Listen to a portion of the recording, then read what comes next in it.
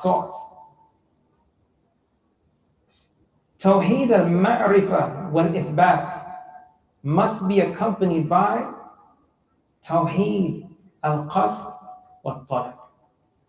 Tawheed al-ma'rifah wal-ithbat, recognizing Allah's uniqueness in a way that entails knowledge and affirmation, must be accompanied by Tawheed al-qasd wal-talab, recognizing Allah's uniqueness in a way that entails making Him the only one intended when performing deeds, and the only one from whom all needs are sought.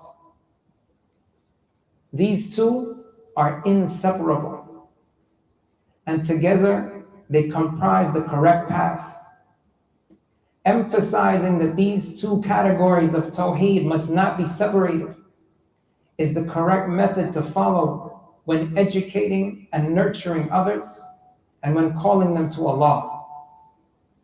People whose ideas and actions reflect regression or divergence from sound guidance only become that way due to a lack of deep and proper knowledge about Allah, and due to having a weak attachment to Him.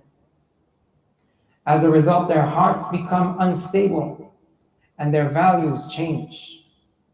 Certainty about Allah leaves their hearts in the event of the slightest problem they may face, or due to their own personal interests that they seek to achieve. We must remember that our ummah, the collective of people to which we belong, will not be rectified by anything except correct Tawheed, recognition of Allah's uniqueness, along with having deep and proper knowledge about Allah, as well as a strong attachment to Him. Subhanallahi wa bihamdihi, I declare that Allah is absolutely flawless, and I do so according to the way that He has praised Himself. Subhanaka Allahumma wa bihamdika, O Allah, you are absolutely flawless, and I declare your flawlessness according to the way that you have praised yourself. Ashhadu an la ilaha illa anta, I testify that none has the right to be worshipped except you. Astaghfiruka wa atubu ilayka, I seek forgiveness from you and I repent to you.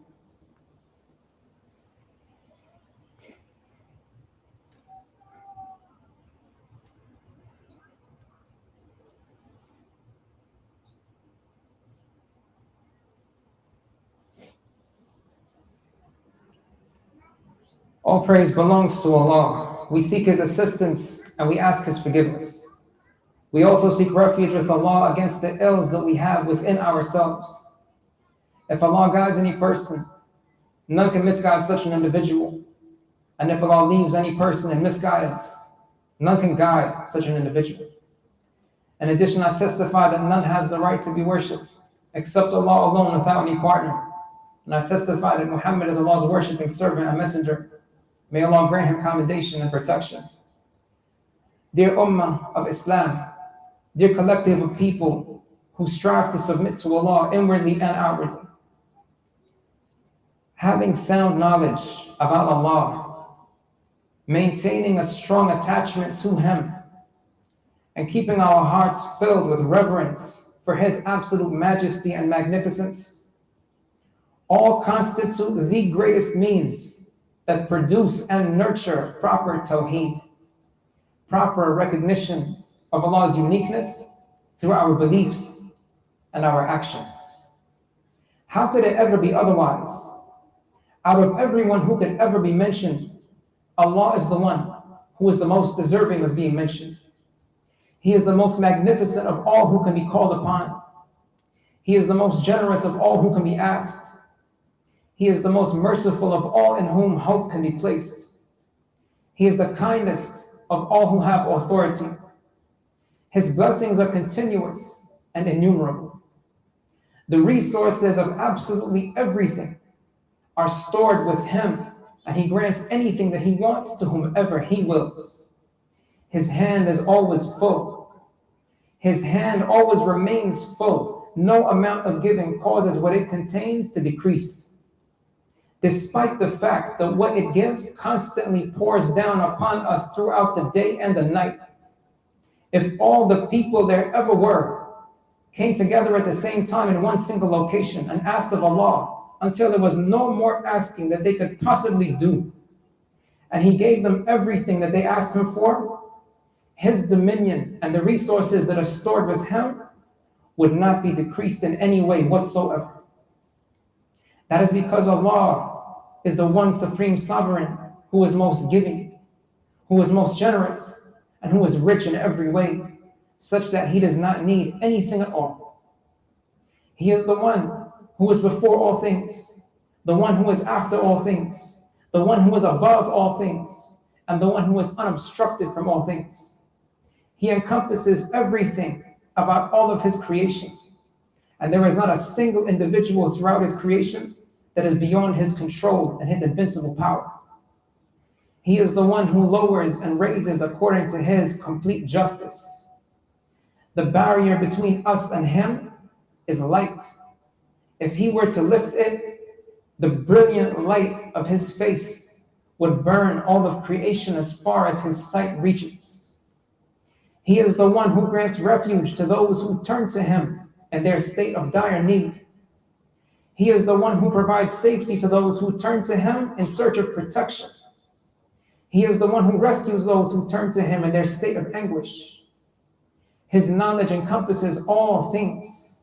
He knows all that has happened and all that will happen.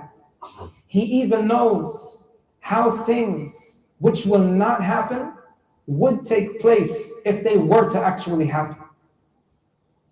Not a single speck or anything smaller or anything larger throughout the heavens or the earth escapes His limitless knowledge.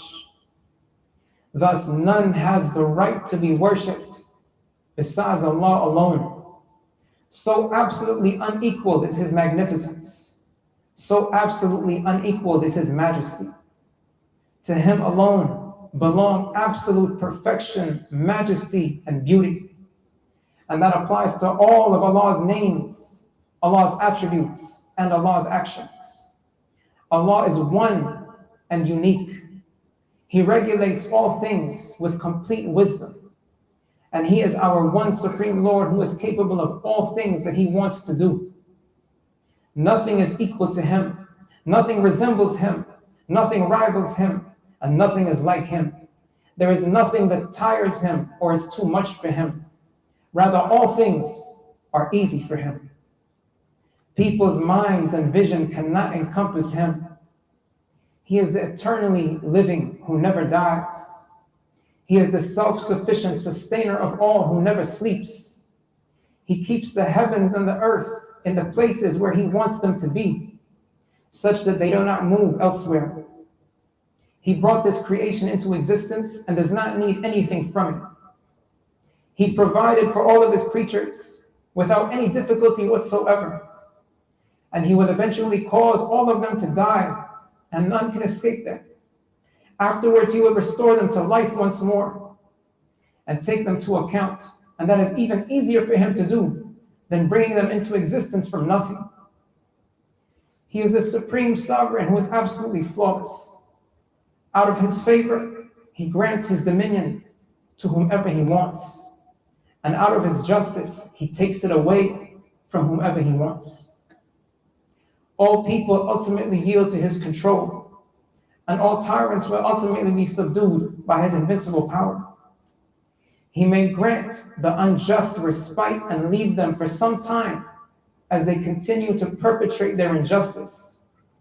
However, after they transgress and exceed all bounds, He will eventually seize them with punishment in a way that spares none of them.